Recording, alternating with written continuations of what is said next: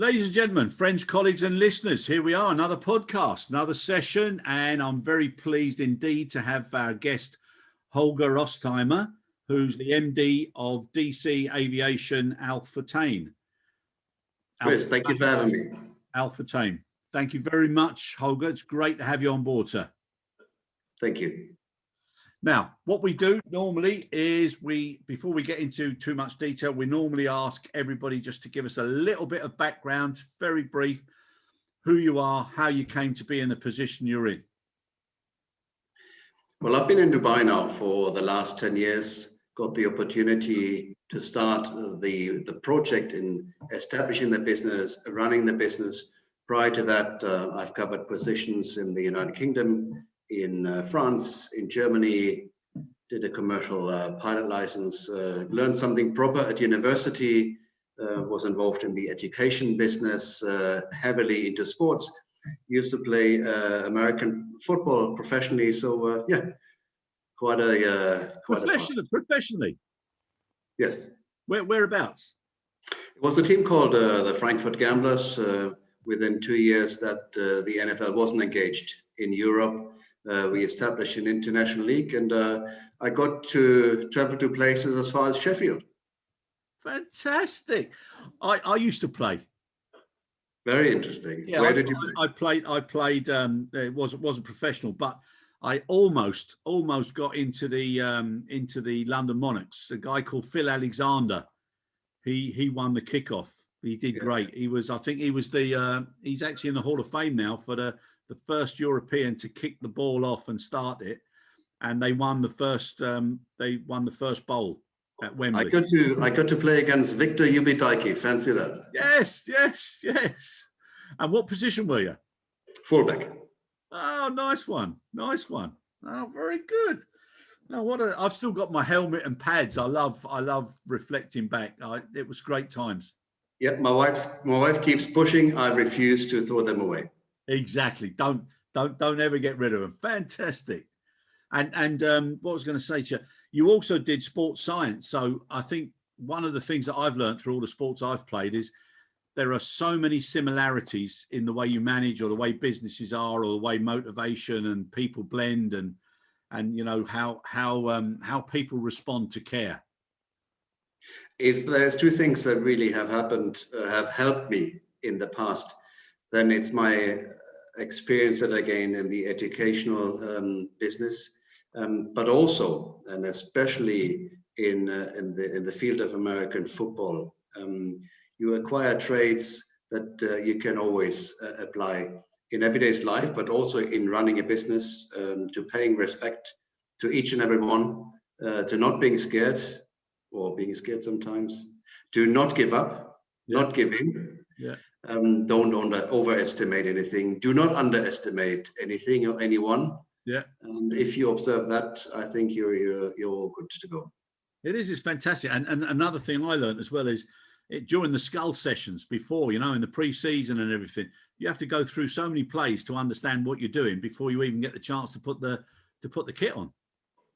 Here again, I think very similar to running a business. You walk through things, you set the foundations, you accelerate, you literally do one step after another until you can go running. Yeah, no, exactly.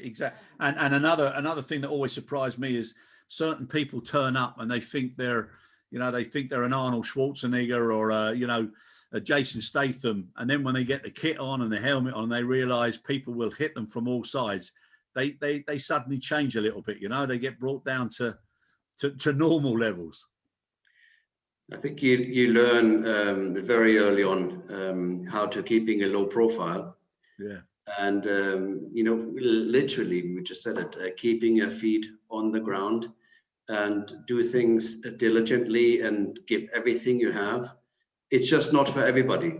Some people are shy of being able to give everything, don't want to put in the dirty mile. Yeah. That very quickly tells in American football, in other sports, and in life too. Yeah, no, fair. Well, that's one of the best and surprising starts I've had to any of the podcasts so far. So No, that's brilliant, and I can relate to that so much. Fantastic. Yeah. So now getting back to the business, obviously you were advising both sides of the business before you took it over, correct? That's true. I was working with Daimler Chrysler, later DC Aviation in Germany, went off to supporting other businesses in the setup stages. I then got a call to run a project for DC Aviation, which was the impending cooperation with the Al Futtaim Group here in Dubai. Yeah. I got to be engaged on advisory level initially until the business started being established. I then took over the running business, and I'm still here. I'm still enjoying it. I still enjoy life in Dubai. I also very much enjoy the excitement of the challenges and the many changes that our industry brings along. Yeah, no, it's brilliant. Another similarity, Holger. We're going to have plenty to talk about offline, my friend. I used to live in Dubai as well, Dubai and Abu Dhabi. So I know Dubai really well, and I can imagine why you got such a smile on your face. I'm looking forward to that. A lucky man where you are at the moment. Brilliant. Now, your the services that you specialise in, obviously aircraft management. You've got the executive charter operations. You've got the business jet maintenance, also consultation, FBO, and ground handling.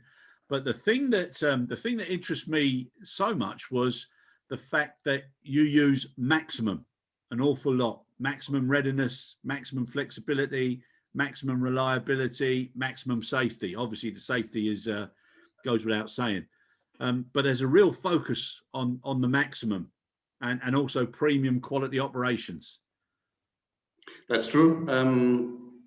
I keep referring to the level of intensity where I'd like to see it in such a way that you need to give 120%, that you get 100% out of it.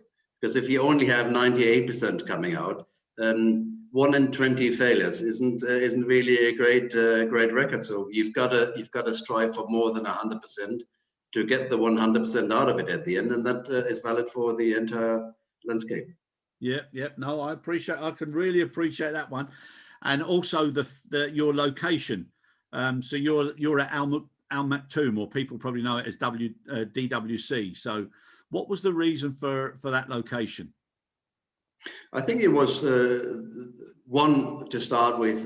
We had the idea to wanting to do the cooperation between DC Aviation and the Al Futtaim Group.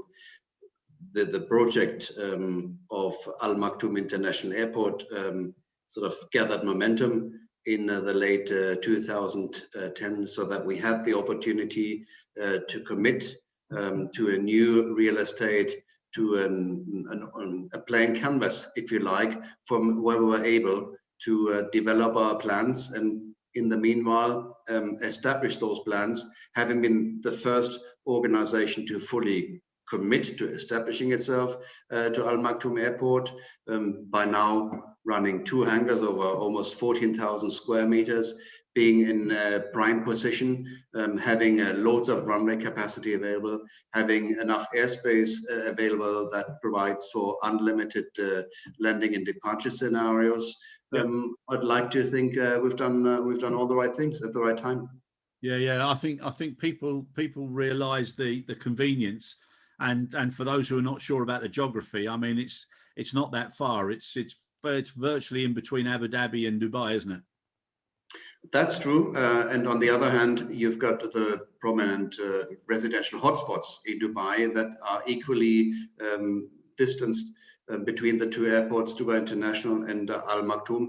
Or if you take the Palm, it's probably even closer to getting from the Palm to Al Maktoum than it would be to getting to Dubai International Airport. Yeah, no, that's right. And other international locations where you operate out of. So you've got Paris, you've got Stuttgart for obvious reasons because of DC Aviation, Moscow, Malta, and we've just spoken about Dubai. What's the strategic significance for that geographical location spots? Well, the mothership, obviously, having developed out of the cooperation between the 2 automotive manufacturers, Chrysler and Mercedes-Benz or Daimler, we started our initial operation out of Stuttgart Airport. We then branched out with commercial representations in Moscow, in Paris. We established the business here in Dubai, and in the wake of it, a corporation that we had in place in Malta turned into DC Aviation Malta, which by now operates an aircraft operator certificate as well. Okay, very good, very good. And I mean, just from just from the other podcasts that we've had, the private aviation sector, I mean, it's just gone from strength to strength. It was on the up anyhow, but it's really improved or developed now, not just because, but the COVID has had a big influence. Look, we've been through a very challenging year last year. It all started off in the month of January. And if I say that, I'm talking of the local operation here in Dubai, not so much the group's business that's obviously being run out of Germany, but locally here in Dubai, we had the political implications with Iran and the United States. Airspace closed. As soon as that was resolved, we had the onset of COVID descending on us. From mid-February, hardly anything was going. Then mid-March, nothing at all was going. And from there on, it was really, about holding on tight to try and limit the cost element. We've been all through various significant sacrifices across the entire staff contingent and whatnot. So that from the month of July, we've seen a horrendous amount of inquiries in charter. But unfortunately, the majority of people, wasn't familiar with the price point, even though being desperate to wanting to either relocate or repatriate, or simply just move people from one place to another. The limitations with about personnel movement and whatnot really allowed for a very small number of flights back then. But as soon as we got into mid-October and for the following 3 months, ongoing, we have seen a tremendous amount of not only inquiries, but also materialized charters. And for an integrated business like ours, benefiting of the various different columns of services and revenue areas, we have seen major contribution on the charter side, on the ground handling side, on the hangarization side, and also on the aircraft maintenance side as well. Yeah, no, it's incredible. And the fact that people are becoming so much more aware now. And just before we came on, we were talking about sanitization and the number of touch points, the difference between the legacy carriers and the airports, and also with private aviation, FBOs, etc. I mean, it's a substantial difference, and it's one that people are taking a lot more notice of now. We see entire society at a turning point where everything becomes available at a desired point in time in a very bespoke fashion. Many people keep referring to this as the gig-based society. Chartering an aircraft is a perfect gig scenario, isn't it? If you require the commodity, if you require aircraft capacity, you commit to it. If not, then you find another mode of transportation. Or if you reach a stage where your utilization of the asset becomes so frequent that it even makes sense to owning an aircraft yourself. But talking of the majority of those people who have been in touch with us that we haven't seen before, those numbers were absolutely exorbitant. But we have to also stress the fact that compared with the numbers of inquiries and materialized charters, the quota was quite obviously a lot smaller, but it also shows that there is significant potential for times to come to finding solution within the industry to having access to these people. Yeah. I think the interest and the awareness now is so much there, and with people now, lots of people I know, they're talking about as soon as they can, they're going to do that once in a lifetime vacation, but they're saying, but we're going to do it every year. So people are focusing more on, longer times away, making sure that they do it the correct way and really, really living life to the full. So I think that's going to do an awful lot of good for the private aviation sector, especially if the model can change, from fractional to membership and club and joint split use, etc. There's different ways now that the private aviation sector can actually start to appeal to more people than they ever thought possible in the past. That is true. We still have the core of the industry, though, of aircraft being permanently operated, permanently in possession of an individual, of a corporation, requiring the aircraft management of the asset. But whether the aircraft is managed or chartered, it requires the various different associated services, whether that's those services that are immediately required, like the aircraft management, aircraft maintenance of aircraft, but also secondary services like passenger aircraft handling on the ground, the parking services, and you just mentioned the subject that we had touched upon early on, the sanitization of things. There's a lot of specifics that have added in complexity over the last couple of months that we need to find answers for as we go through the day. Yep. No, 100%. And of your verticals, and you just mentioned there about aircraft maintenance. I mean, you've got quite a substantial number of qualified mechanics on hand. So the maintenance side is a big part of the business, huh? It is very much so. From our headquarters in Stuttgart, and we've been managing, or we are currently managing, about 30 aircraft across the group. Our group CEO Michael has got a handful to do to coordinating the various different operations. Us here in Dubai, obviously, the guys in Malta, in Stuttgart.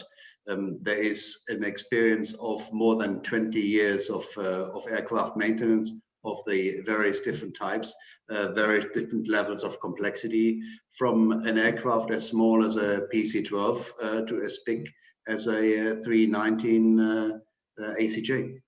Okay, yeah, no, it's amazing, and it's an awful lot of input and cost that has to be maintained ongoing. So yeah, no, it's fantastic. Now, as far as the aircraft management, when you see a banner like aircraft management, what does that mean? What are the services that you provide there? Well, there's obviously two areas to the story. One is the commercial aspect. The other one is the regulatory side. Yep. The regulatory expectations of the civil aviation authorities throughout, whether that's in the UK, in the US, in Germany, or in the UAE, they're clearly defined, and then it is to meet those requirements in full. To not trying to find a shortcut, but to do what you're supposed to do, what you are told to do.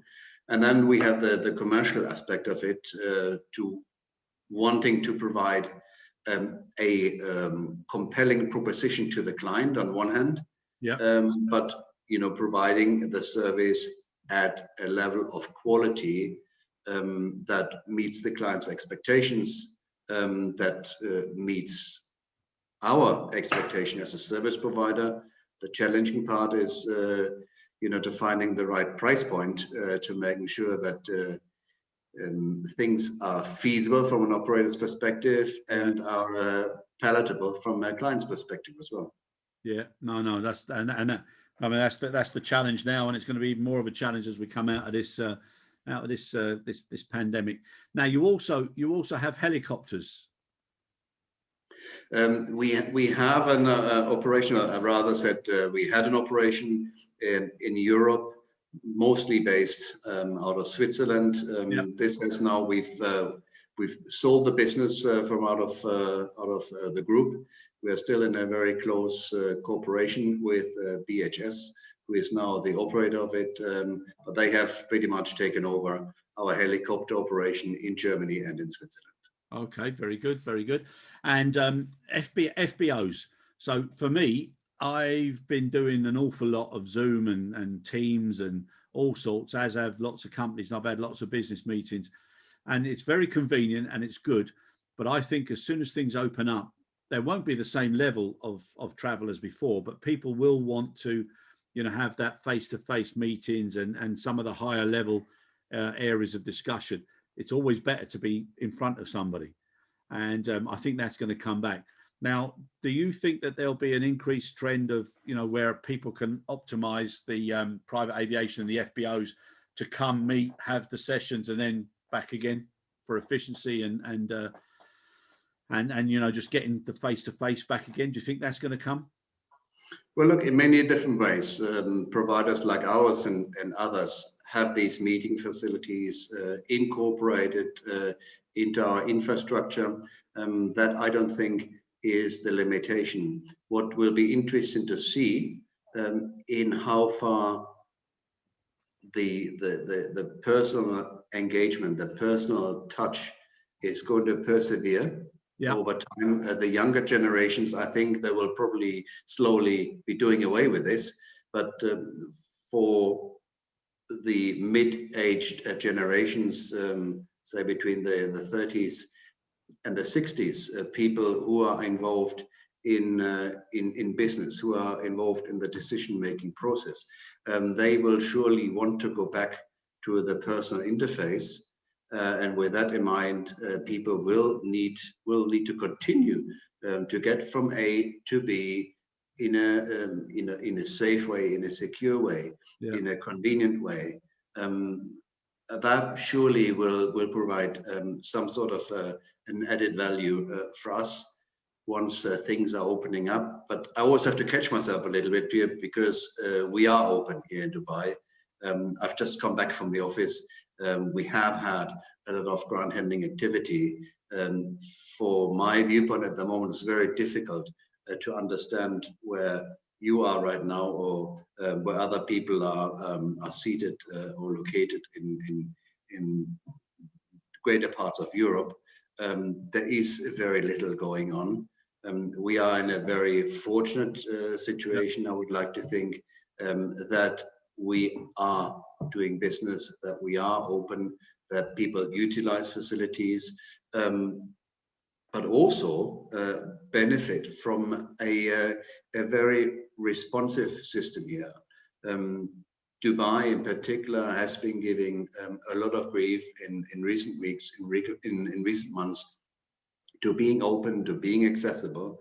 But I can tell you that spending a lot of time, having a very significant connection to the United Kingdom. I used to live in England for a long time.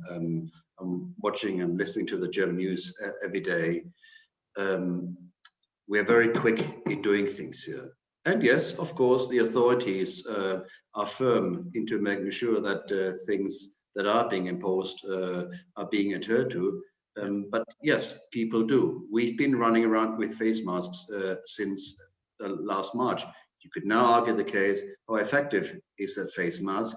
Let's not go into that discussion, but the sum of all the measures, from hygiene, from covering a face, from keeping proper distance and whatnot, from I remember we had a crisis team management meeting in Dubai in late Feb. Yeah, it was weeks away of the lockdown. We said, what is it we can do now, to the best of our knowledge? And shortly after, the government in the UAE provided guidance and introduced measures to taking actions now. Things in our part of the world, even if I say in our part of the world, in Europe, in the UK, in Germany, until we come to the consensus that something needs to be done, and what exactly it is that needs doing, and then you have 1,000 people and 1,500 opinions.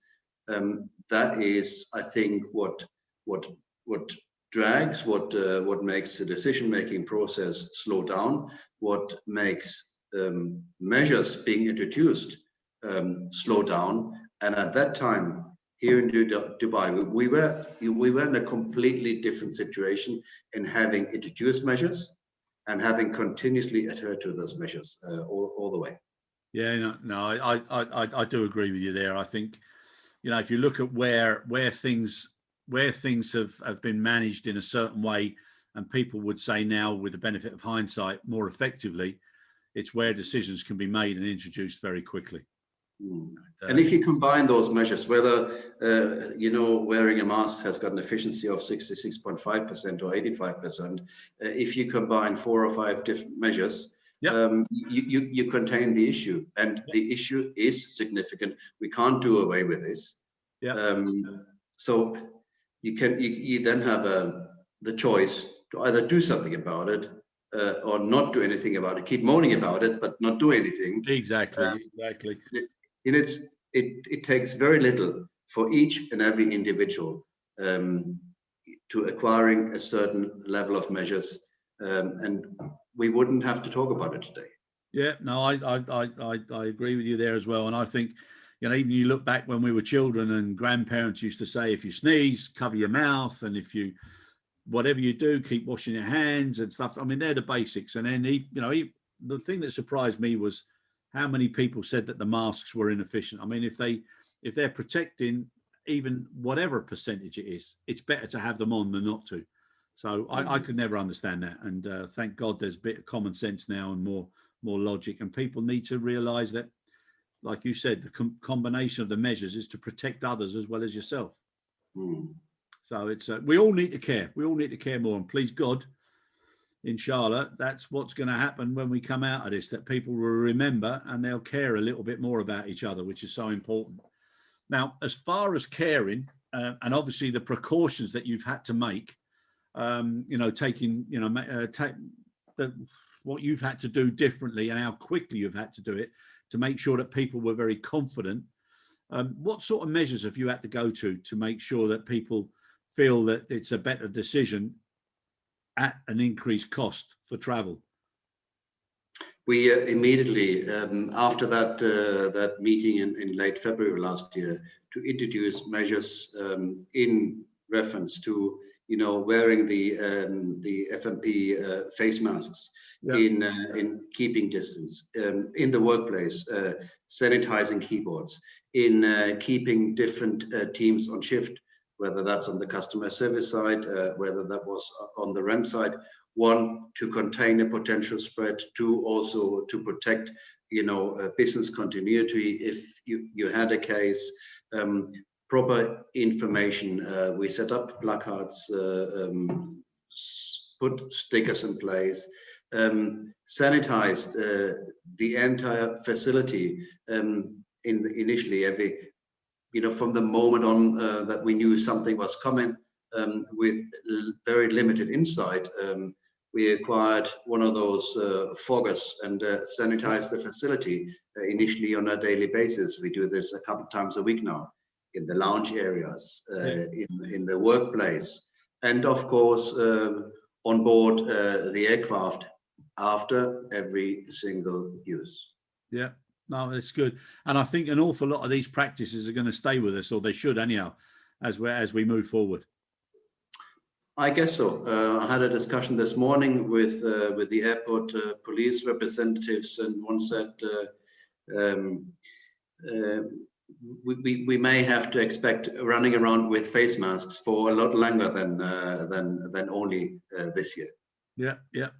But it's not, it's not such a terrible thing when you think about it. And as far as testing is concerned, obviously the vaccines are going well now in the UAE. It's one of the countries that's really pumping them out fast as well, which again comes down to the speed of decision making. But as far as testing is concerned, what are you doing with regards to that? Testing is very much depending on the nationalities of individuals, of port of origins and relevant destination. We have testing facilities in place. We take samples at our facility in the lounge areas on arrival of passengers, but also crews who may be required to present a PCR test within certain time limits on their onward destination. And within the next few days, we're looking into providing a tailored solution to taking the samples on board of the aircraft, so that passengers, have the comfort of their own aircraft to having their test taken and not having to be worried. The only thing right now with case numbers, around the world being at higher levels, it is quite challenging to having capacities of laboratories to providing a result with what until a week ago or so we were able to provide a result within 6 to 12 hours. At this moment in time, we'd probably be struggling, but sure enough, between 12 and 24 hours, we have results for crew members, guests of whomever we have arranged a PCR test being taken. No, that's good. That's good. No, that's very good. And as far as now, your opinions, you said about the numbers rising. Obviously, there were so many people heading to Dubai, including from the UK and Ireland, and then the numbers spread out, and it's gone to other GCC countries as well. So the numbers are creeping up there as well, huh? Well, I think the numbers have crept up everywhere. Like I said early on, I keep following the news in Europe, and we've seen it in the UK, in France, in Germany, in Spain, from around or around Christmas time or year-end time. The numbers went through the roof, where initially, I think in the UK, you had 1,000, 1,500 cases. They went up to 30,000 all of a sudden within just a number of weeks. Nobody exactly knew why. It was a similar case here. Whether this can be attributed to the level of movement of people coming to Dubai, not sure, not an expert in the field, but all I can say is we've all noticed case numbers having gone up, even in the countries that, look, Germany, I think, has been in lockdown for the last 6 weeks. Yeah. And those numbers still kept increasing besides all the lockdown. Yeah, no, we had a terrible time here, Holger. And then you were saying numbers there. It actually went up to 60,000 cases a day. And, the death rate was terrible. Thank God that's down now around 10, 11,000. But the death rates are still too high. So it's starting to come down, and the measures are taking place, and the vaccine rollout has been substantial. But, everybody's only safe when everybody's safe. So, we've got a global responsibility as well for everybody. Now, with that in mind and the way things are changing, what do you see as the the business opportunities now moving forward coming out of this crisis for your group? Well, one, we strongly look towards the core of the clientele, the people owning aircraft or acquiring different aircraft. In the last few months, we have talked to people who have not owned aircraft before. Yeah. But having shown an interest in wanting to procure an aircraft, we had the opportunity to presenting the case to them in giving guidance about what it means to operate, own and control such a complex asset, and complex not only from a commercial constraint, but also from an operational, technical and regulatory perspective. In that context, we wish we'd be involved in many ways a little bit earlier in the process, to being able, and as far as we'd like to think, we're a competent organization with a rounded level of know-how across the entire field, in being able to advising clients about the choice of aircraft, what to look out for when you buy an aircraft. Sometimes it happens that we get involved, winning a bit as an aircraft manager when the aircraft asset has long been secured, and we'll have to try and make things work with a not so perfect choice of an aircraft. But that's obviously only part of it. We want to continue chartering aircraft. We want to continue handling aircraft. We want to see passengers in our lounges. We want to see aircraft in on our ramp, in our hangars.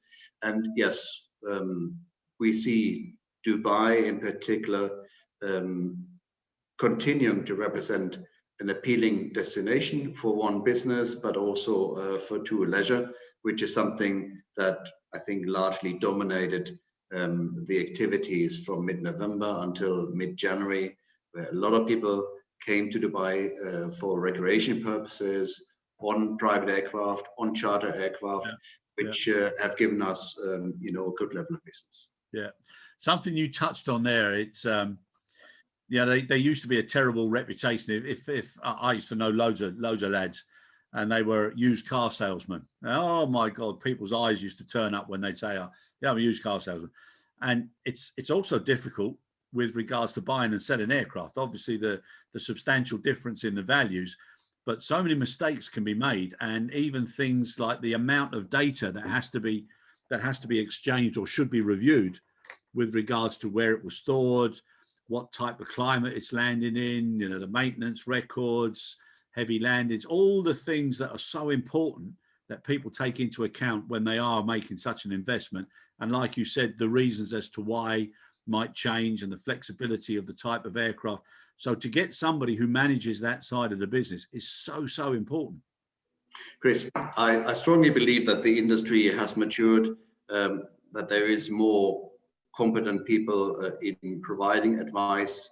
I can't say that we are free of culprits trying to sell a service, claiming a level of know-how that may not be in place.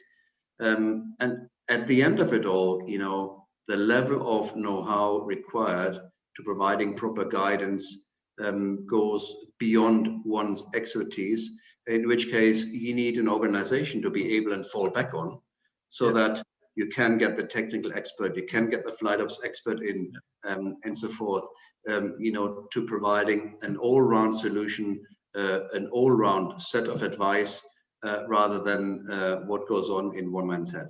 Yeah, and the digitization now, the amount of data sharing, because there's stories whereby you're almost looking at a palette of documentation in the manual days, whereas now it's so important to share that data. I mean, that's also transforming the business as well. Look, I think what has changed, what is changing, is the connectivity, is the exchange of live information of an aircraft, providing information on life cycles and whatever not. However, all the data set required to assuring compliance with the regulators on airworthiness, for instance, that hasn't changed so much over time. But surely data that is being exchanged with air and ground stations to giving an updated status of the aircraft. Yes, of course, that's something that has changed and will intensify in the next years to come. Yeah, no, that's right. Yeah, the more data and what you can do with it, the better. So, Holger, we started with American football, and I'm going to finish with it. What do you think of the old Tom Brady, the win the other week? It's incredible. Very impressive. Age 43, 7 Super Bowls, the level of perseverance, but also you were just talking about data, and the data, or the hidden data behind the success of Tom Brady is hard work, is to keeping it going, is to retaining determination, and I've just watched it the other day, getting up at 5 o'clock in the morning, age 43, and contributing the effort, going the extra mile. Something that gets forgotten about in the public discussion. This is not just luck. This is not just talent. This is the sheer abundance of determination. Yeah, and the people behind him, and the maintenance, and the oxygen at night, and going to bed at 8:30. I think he's going to be like a Dorian Gray character. When he knocks it on the head, I don't know when, I think within a couple of years, he's just going to go, whoa, yeah, it's all going to go. But fair play to him. What an incredible... Look at his best mate, Gronkowski. You know, he has come back from retirement. It's got to be tough for somebody living life at this level to retiring. It's probably a big ask. Yeah, but my God, they've done well, huh? Very well, very impressive. Absolutely incredible. Holger, it's been an absolute pleasure. I wish you and your organisation great success. And please God, when travel is open again, I can't wait to get back to Dubai and Abu Dhabi. I'd love to hook up with you. We've definitely got a lot to talk about, so it'd be great. I'd love that. I'd always be up for an Ember beverage. Yeah, it'd be fantastic. God bless, mate. Look after yourself and take care, and we'll speak soon. All the best. Bye-bye. Thank you.